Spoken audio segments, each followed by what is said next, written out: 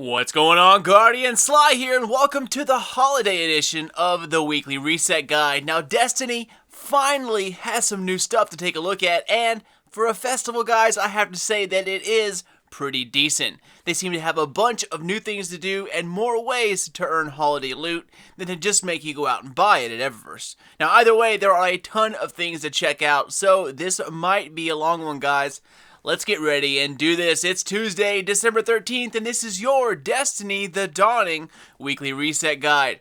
Hope everyone out there has had an awesome start to the week, and you now get to look forward to this. School will be out soon, work will be out soon, Star Wars is about to be out. Oh, December is awesome. Now, there are quite a few changes to not just this incoming festival, but quality of life things as well. So let's hop on in and take a look. And as always, we're starting up here in orbit and checking out the weeklies first. So let's hop into the Crucible and take a look. First on our list, we have Rumble Supremacy. Free for all Rumble style, so make sure you grab your Radiant Treasure for the week. Next, Zone Control, 6v6 team objective where kills don't matter, holding the zones do, so make sure you team up wisely. And then of course, up here at the top we have Elimination, holding down the competitive PvP until Trials resumes on Friday, with a holiday twist, I'm sure. Alright, so as you guys can see down here, Crucible Weeklies will not be shown here at the bottom left. SRL will take that spot until the Dawning Festival is over with. So, if you want to hop into a weekly playlist, you actually need to head into the Crucible section itself. Alright, well, next we're going to take a look at the Nightfall, guys, and as you can see, one of the changes are that skeleton keys now drop for your first completion of the week, so that is a definite plus. Alright, well, let's take a look at the modifiers and then we'll go ahead and jump on in. So as usual, we have our buddy Epic up first. Heavily shielded, highly aggressive enemies appear in great numbers. Following that, Brawler, Guardian melee damage is greatly increased. Next, Grounded, players take more damage while airborne, and then we have Fresh Troops. Some enemy squads have been fortified with additional reinforcements. And then finally, guys, Ironclad, more enemies have shields. Doesn't sound too bad, so let's hop in and get ready for some Year 1 awesomeness. The Vex have restarted their world-eating machine in a bid to restore their nexus. In time, Venus will be consumed. And listen to this. Scouts report that the Vex have upgraded the Nexus mine with tech from the Vault of Glass. Do you need something, Cade? No, just here to support my favorite Guardian. I'm sure. Let's take that Nexus mine apart. Doesn't sound familiar, right? Because it's the Nexus! The Nexus is back. Guys, I haven't played this strike in well over a year. And notice, strike scoring along with the countdown is in the Nightfall. Bring your skeleton keys, guys, because I have no idea what is going to be in the loot chest at the end of this one. But there are a ton of new things to get, and this has a heavy Taken theme. So I'd expect to find a different type of boss fight than we're used to. But don't jump just straight into the Nightfall as soon as you get online. Make sure you visit the tower first, and you'll see why here in a few. Well, guys, I have to say, that was pretty exciting. So, moving on to the weekly heroic, as you can see, Treasures of the Dawning is going to be one of your rewards for this week. So here's hoping that it's per character and not per account. But anyway, still glad to see they put in another way to get more of these treasures in than just besides going to Eververse. So that's great to see. Alright, well, let's take a look at the modifiers for this week, guys. Starting off, we have Epic's little brother, Heroic. Enemies appear in greater numbers, more aggressive, yeah. Following that, Arc Burn, arc damage from any source is greatly increased. Next, Juggler, no ammo drops for your equipped weapon, and then Catapult. Grenade recharge rate is greatly increased. Alright, well, that wraps us up here in orbit, so off to the tower and take a look, guys. It is beautiful, right? If there's one thing that Bungie does right, y'all, it is the atmosphere. They can totally nail the vibe a place gives off.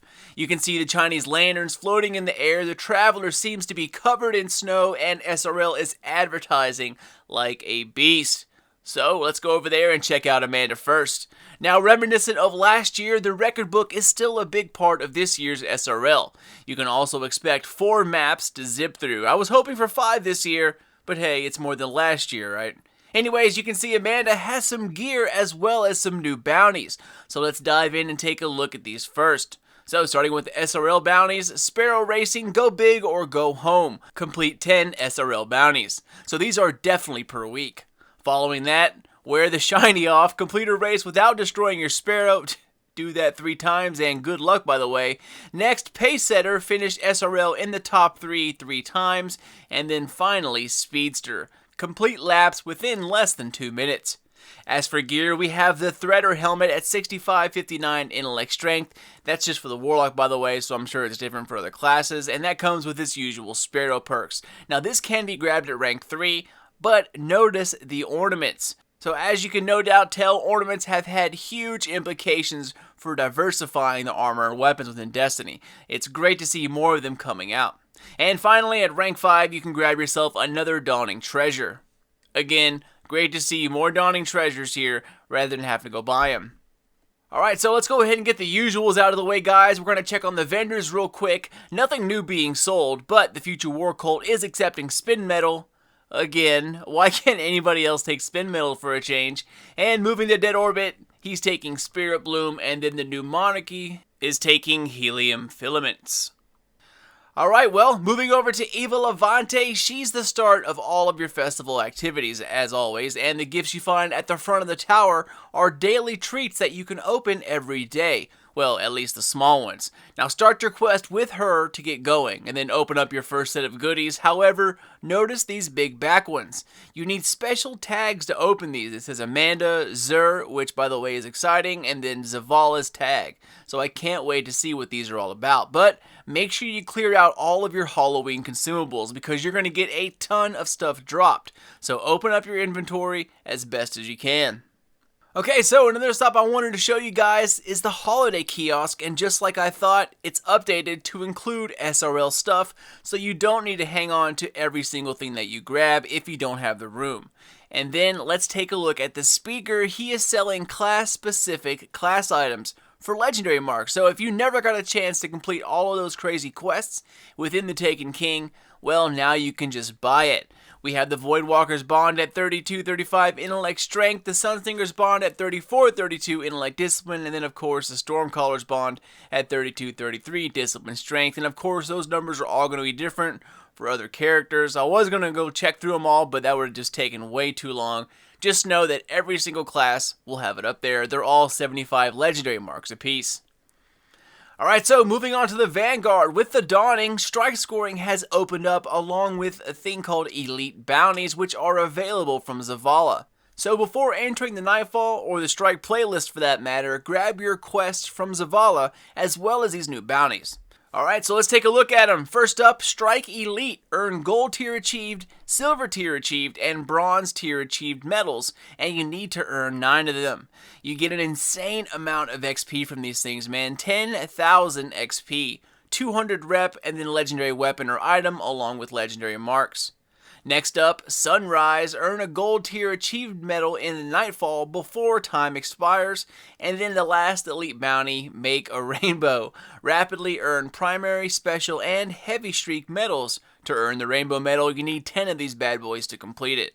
Also, with the inclusion of the Nexus Strike, Tanix has also seen a bit of a change as well. So this is a new beefed up strike. Another thing to check out, and possibly where the new Taken Sniper comes from, unless it's a simple ornament, but I highly doubt it. Alright guys, well, moving along here, we couldn't forget about our boy Shax, right? So even though he has nothing new, he sticks to his usual bounty, and this week is a control bounty. 7 matches completed, 30 advantage kills, 15 captures, along with a beeline. Alright, next up, the Diva of Design, Tess Eververse, over here at Eververse, and she has a bunch of cool emotes this time around. But first, of course, all the treasures you need. We have 200 silver for 1, 500 silver for 3 treasures, and 800 silver for 5 of them. There's also the new Dawning Sparrow called the Glimmer Gold. It's one from the trailer, and honestly, there really isn't that much there that would make me want to buy into it. It's actually kind of plain. I mean, blue with a snowflake? You can get better than that. And I know you see a shader there. Before you get mad, this is kind of like that Taken Twitch emote. And when you find all the armor pieces for the Guardian's new winter gear, this will unlock for free. Ironically, it's called Sun Glow, but either way, I needs it. And moving to emotes, there are some pretty awesome emotes this time around, y'all. Now, the suave one sucks, but I'm absolutely feeling the rest. This tiny dance, the tiny dance right here, that is ultimately where it's at. But I'm not going to go over all of these. It'll just take way too much time just to look at dances that we'll end up seeing all year round. So let's keep this party moving. Well, the last thing I wanted to show you guys at the tower was over here at the Gunsmith. As you can see, he now sells your class-specific special weapon. So for those of you out there who broke down your Susanoo, Steel Piercer, or the Krusty Titan rifle, you can now finally get it back.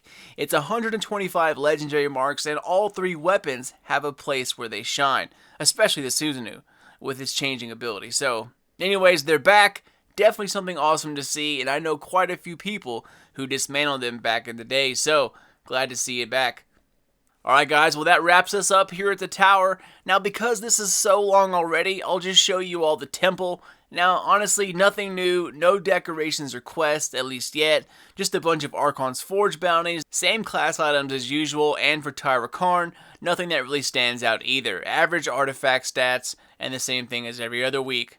Moving on to the Reef, however, while it did not see any holiday renovations as well, my girl Petra has finally got some bounty upgrades. More ways to rank up and get that Queen armor. So first of all, don't get too excited, there are only 3 new ones, but let's take a look at them. So as you can see, Queen's Wrath bounties are back, and first up we have the regular old Wanted bounty. Here it's the Blighted Descendant on Venus or Mars. After that, Kill 12, Consume, Named, blah blah blah. Of course, you've seen these all before. Then who doesn't love the Kill 100 Taken one? But then finally we get to some semi-new stuff. Next, Queen's Grace, Gen 15 orbs in any strike playlist. Following that, Queen's Harvest, gather 15 dark nuclei from majors or ultras in any strike playlist. WTF is a nuclei, man. And then finally, Queen's Eye, kill 30 Taken with precision shots. So it's definitely nice to see that there are more ways to rank up with the Queen now, but with all of these effing bounties, man, we need like 50 more slots to grab all of these, man. I mean, SRL, the Elite, now this. Well, anyways, as we're getting towards the end, we have Varix and his bag of goodies, which I will always accept. As for his bounties, we have Impressive Performance, earn points in the prison or the Challenge of Elders. Next is Kill Them Back, kill enemies in the prison or the challenge, and then finally Shock Trooper is the end. Use arc abilities to kill enemies in level 41 PoE or the challenge, and then finally, for the mystery modifier, we have Precision Kill bonus. Precision kills are worth more points. And the final thing to check out, guys, the raids and the Dreadnought. So Vosik as well as Golgoroth are this week's challengers, and this week's Tier 3 Court of Oryx is the exotic Engram Farmer's Dream Team, Kagor and the Ogre. Load up on a 3 of coin, kill the Ogre, don't damage the Witch, just let the Ogre respawn, take another 3 of coins, and keep on cruising that way. Repeat that. Cancel the event to keep your route at the end, but this is one of the best ways to farm exotics in Destiny for sure. But that, my friends, brings us to the end. I told you guys, long as hell, right? But totally worth it. New stuff, new events, and it's always nice to see a jolt of energy back in the Destiny community. Anyway, guys, I'm out of here. Thank you all so much for watching, and as always, if you want to stay up to date on everything Destiny, The Dawning, or The Division, follow me on Twitter at SlyNation or subscribe to me here on YouTube. Keep an eye out for more Dawning videos coming out of my channel here very soon, but until then, this is your boy Sly. Later, guys.